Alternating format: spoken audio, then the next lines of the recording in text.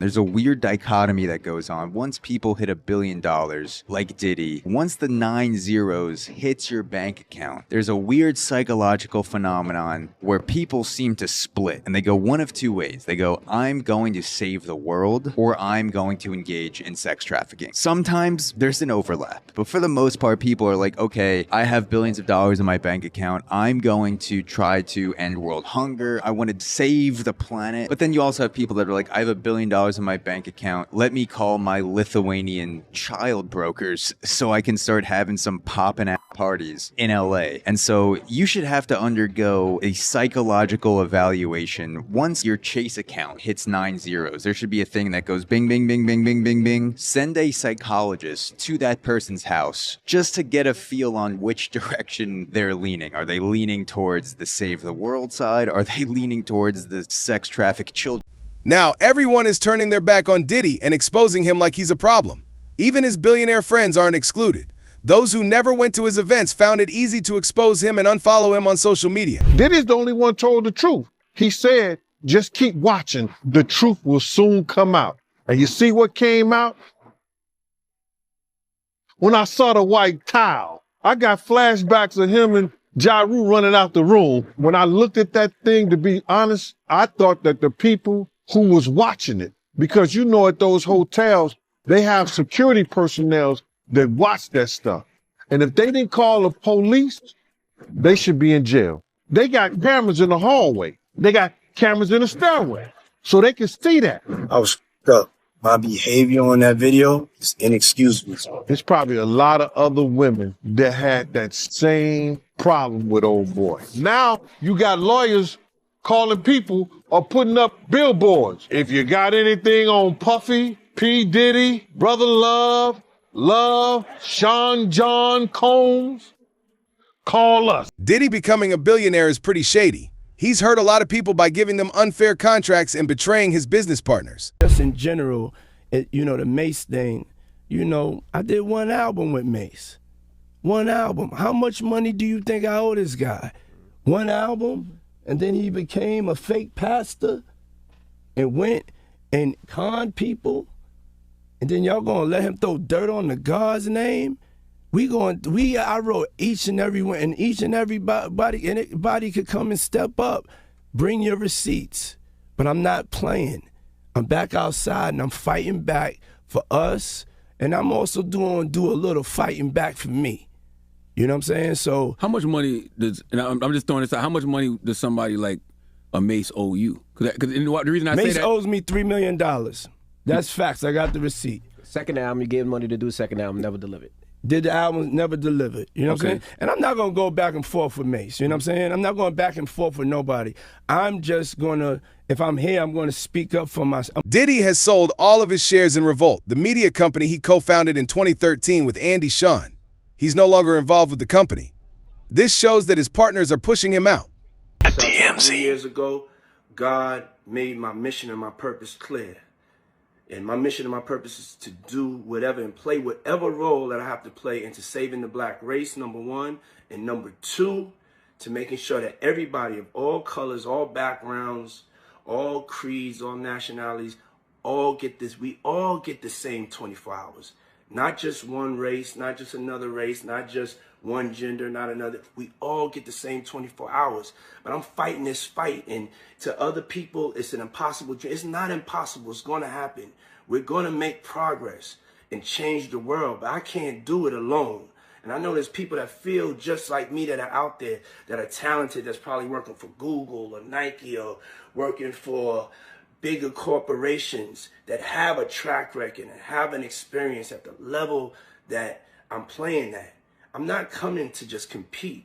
I'm coming to win. I'm going to fucking buy Disney for us, okay? So if you are one of these unicorn executives, please send me your resumes and your portfolios to God's work, because I'm doing God's work, you're doing God's work. God's work at combsglobal.com. I'm doing the biggest human resources investment from the top level of CMOs to COOs to general managers, down to creative directors, down to creative producers. The list is so long. Fashion designers. Below is the list. Please, please, God told me to ask y'all for help. I need your help. I need your help. I can't do it alone. I'm overwhelmed. I'm going crazy. I need talented people around me, the greatest around me. God, I beg you, I beg you, I beg you, please, to send me some like-minded, like-frequency individuals that want to change this world. Love, please. Love. Diddy aggressively marketed himself to the ultra-rich as he turned his edgy rap glamour into a billion-dollar fortune. In our reporting, we learned he is a serious hustler who used his celebrity to attract big names on Wall Street and either do deals with them or befriend them. And that lended him credibility as a businessman. Here are 3 of the boldest moves he made. In 2003, he sent then owner of the Dallas Mavericks, Mark Cuban, an email asking to design the uniforms for the NBA team. They'd never met, so it was a pretty bold move. For Diddy, it was a slam dunk to associate his new clothing brand, Sean John, with a pro sports team, and he leveraged it for even more deal-making. And it was a two-way street. Diddy also used his own cachet, the promise of entry into a world of celebrity, to attract investment for his projects. That same year, Diddy got Ron Burkle, a billionaire investor, to inject $100 million into that same line, Sean John. His second bold move?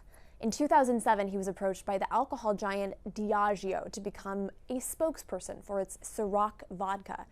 But he countered by proposing that he should become brand manager and chief marketing officer in return for a 50% profit share. He even had the business cards made up for his new role before the deal was done. The vodka brand agreed, and he didn't miss an opportunity to promote it. It ultimately netted him $1 billion over the next 15 years. Diddy was one of the first celebrities to license his name to brands, and companies were able to draw on and reach a more diverse group of customers as a result. His third aggressive move, Diddy forged a relationship with Ray Dalio, who, as well as being a founding member of Bridgewater, the world's largest hedge fund, is also worth about $15.4 billion, and has become a sought-after guru for his principles of radical transparency. Dalio tweeted in 2019 that Diddy asked me to mentor him and posted a slickly produced video of a recent mentor session of ours.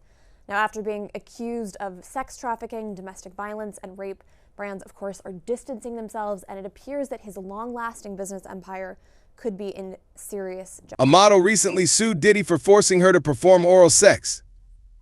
Now, Gandiel believes he did it and thinks he's done worse things, even compared to his billionaire friends. And forcing her to give him fellatio. You heard anything about this? What you think about it? What I think about the new lawsuit against him is that it's going to be a lot of people coming forward against him. Women, men, because there's men that said that he tried to make them give him a fellatio. That woman said he tried to make her get her fellatio. I think she was a Sean John model. You understand? So my thing of it is this, brother. When he has proven that he's a liar, he has proven that he's willing to hide the truth and he can't be trusted, and his word ain't his word is nothing no more. Anything that somebody says against him is going to be considered the truth, bro. Anybody could come out and say that he did this and he did that. Whether wrong, right, or indifferent. Anybody can say that now. Because he's lied to the public for so long with this Cassie stuff.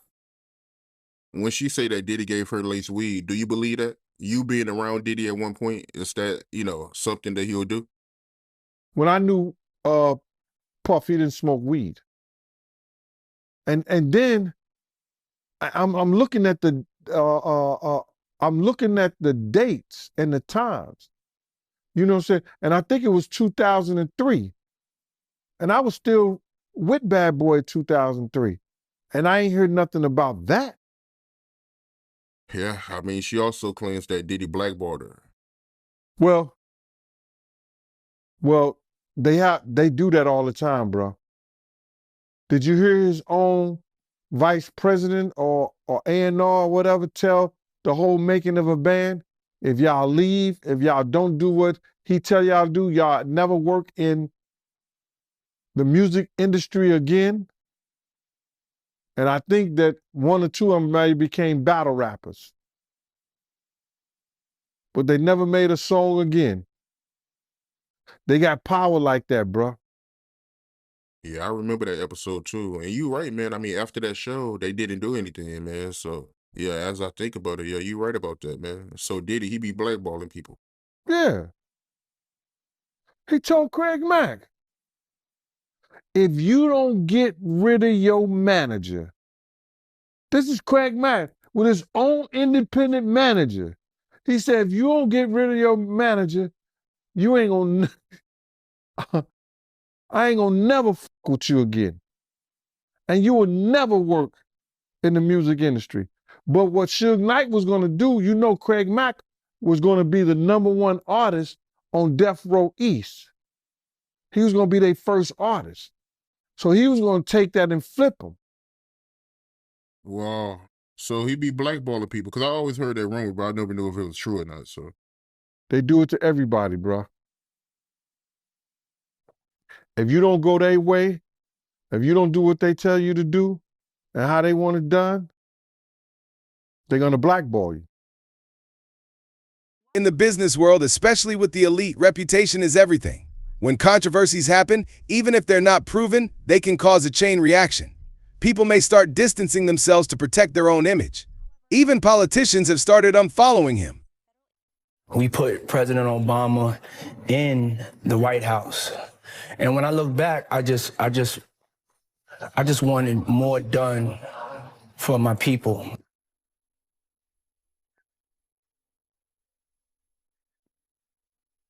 I think we got a little bit shortchanged, and that's not knocking the president. He's done an excellent job, you know. But I think it's time to turn up the heat because the black vote is going to decide who is the next president of the United States.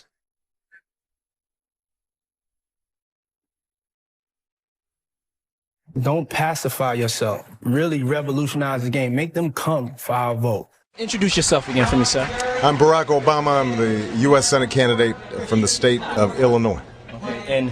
And you becoming a black Democratic senator, this is a big deal. This is a big deal. Well, absolutely. You know, we've got 100 U.S. senators from across the country, and right now not one is African American. So part of what we hope to do is to break that barrier, make sure that African Americans, Latinos, more women are included in the process because the U.S. Senate makes decisions about a lot of stuff, war and peace, what we do with our tax dollars, etc. And the reason why I'm bringing up that's a big deal because it's proof that the voting process can work if minorities and young people get involved. The disenfranchised that don't usually vote can make changes and can change the face of politics. Do you agree? Absolutely. Listen, you're a motivating force for young people all across the country. Your music moves people. You're a trendsetter. But part of what we want to do is to make sure that we're setting a trend in terms of political participation. You know, music, fashion, all that's important. But people have to also understand that, you know, when our young men and women go to war, somebody's make that decision, and it's typically going to be young people. You know, whether you work at Mickey D's or you're producing records, your tax dollars are going somewhere. And young people have to be involved in that decision-making process so that their interests are looked after. Now for some questions that the people want to know. You have disenfranchised young voters that feel like their vote doesn't mean anything. Why should I vote? I'm not going to vote. They don't care about me. They don't talk my language. They don't listen to me. Can you tell them why it's important for them to vote this year? Well, this is going to be a critical year. I mean, we've still got wars going on overseas. Young people are the people who get sent to war. It's not old people that get sent to war. You've got a situation right now where a lot of our young people can't afford to go to college because they don't have money. Well, that money is being spent on things that aren't as useful to our society, but would help, young brothers and sisters all across the country. And so the decision-making process is one that young people have to be involved in. And part of it is also that it's a way of asserting your power. You don't want to give away your power any more than you want to give away your money. You know, you wouldn't give away your money to anybody that just walked down the street, but when you give away your vote, you're giving away a little bit of power that you have to influence the things that you see around you. One of the biggest things I get is that young people, they feel like things aren't getting better. All this talk, all these speeches, all these conventions, all these parties, it all sounds good, but it's not affecting me. It's not going to affect my life. Minorities living in the inner cities, Watts, south side of Chicago, Detroit, New York, Brooklyn, Queens, you know, Miami, Opelika, you know, the hoods all around the world feel like things aren't changed for them. Puff, you keep on telling me you blue in the face, Puff, you blinging. You know, you living in the Hamptons, we don't want to hear that, and this and that. I feel you. So what could you say to those disenfranchised young brothers and sisters that really need the help, that need a change, and that are hitting me with this, and I'm here to try to get some answers for them? Well, listen, things aren't going to change overnight, and folks are still going to have to be responsible for themselves. So it's going to be important for our young brothers and our young sisters to get an education where they can, to focus and discipline on their dreams and how they move them forward. Nobody's going to solve everybody's problems, and so people still got to have some initiative. But it makes a difference once you've decided that you're going to take responsibility for having these big dreams, that somebody's there to give you a helping hand. And it makes a difference if government's giving you a little bit of help or not a lot of help. We got a lot of ex-offenders in Chicago, on the south side of Chicago, brothers who are coming out of prison. They need job training. They want a better life for themselves. But if they can't get a skill or they can't get their GED because there's no money because that money got used in Iraq, then they're going to give up. There are a lot of brothers who've got a substance abuse problem. They want to clean up. But if they can't get into a treatment program because the money's been wasted, then they're not going to be able to focus. So you've got to take your own initiative, just like you did and just like I did. But government can be a little bit of help, and your vote will determine whether the people in power reflect what you care about or whether it reflects what the fat cats care about. And that's what voting's all about. I want to say to you right now while you're in front of me, sir, that right there makes sense. You know, I've been hearing a lot of bull today. I have been disenfranchised all day because I'm asking questions. They not answering my questions. This is how young people feel. When you want to be the president of the United States, you call your man, call MTV. We're going to give you a platform. We're going to give you a way to speak because you on to something, kid. Well, you on to something. You making sense to me. You got me. I am franchised. I'm not disenfranchised no more. And we gonna keep it nonpartisan, but we gotta applaud when somebody's making sense. Cause we've been all around, all over, speaking to politicians, and this is what we call real talk. This is what now y'all understand why we vote. We're gonna edit everybody else ass out and just run his. Yeah, I appreciate y'all. Thank you. And I just want to say how much I appreciate Puff Dad for doing the kinds of work that he's doing, because he doesn't have to do this. But this is part of what is important about giving back. And all of us have something to make a contribution. There are a lot of brothers and sisters out there who are doing well, but aren't thinking about the folks left behind. And if you can't reach back and pull some folks up with you, then you shouldn't be in the position that you're in right now. One last thing. Yeah. It's neck and neck right now between Kerry and Bush. The polls is neck and neck. The youth vote, minority vote has a lot of power. Can you express to them the power of that vote and what it means with only like 12 weeks to go? Is it like, how many weeks? 9. Okay, it's around 12. Around 12. Yeah, okay. Don't listen to this. Yeah. That's right. That's why I like you. Around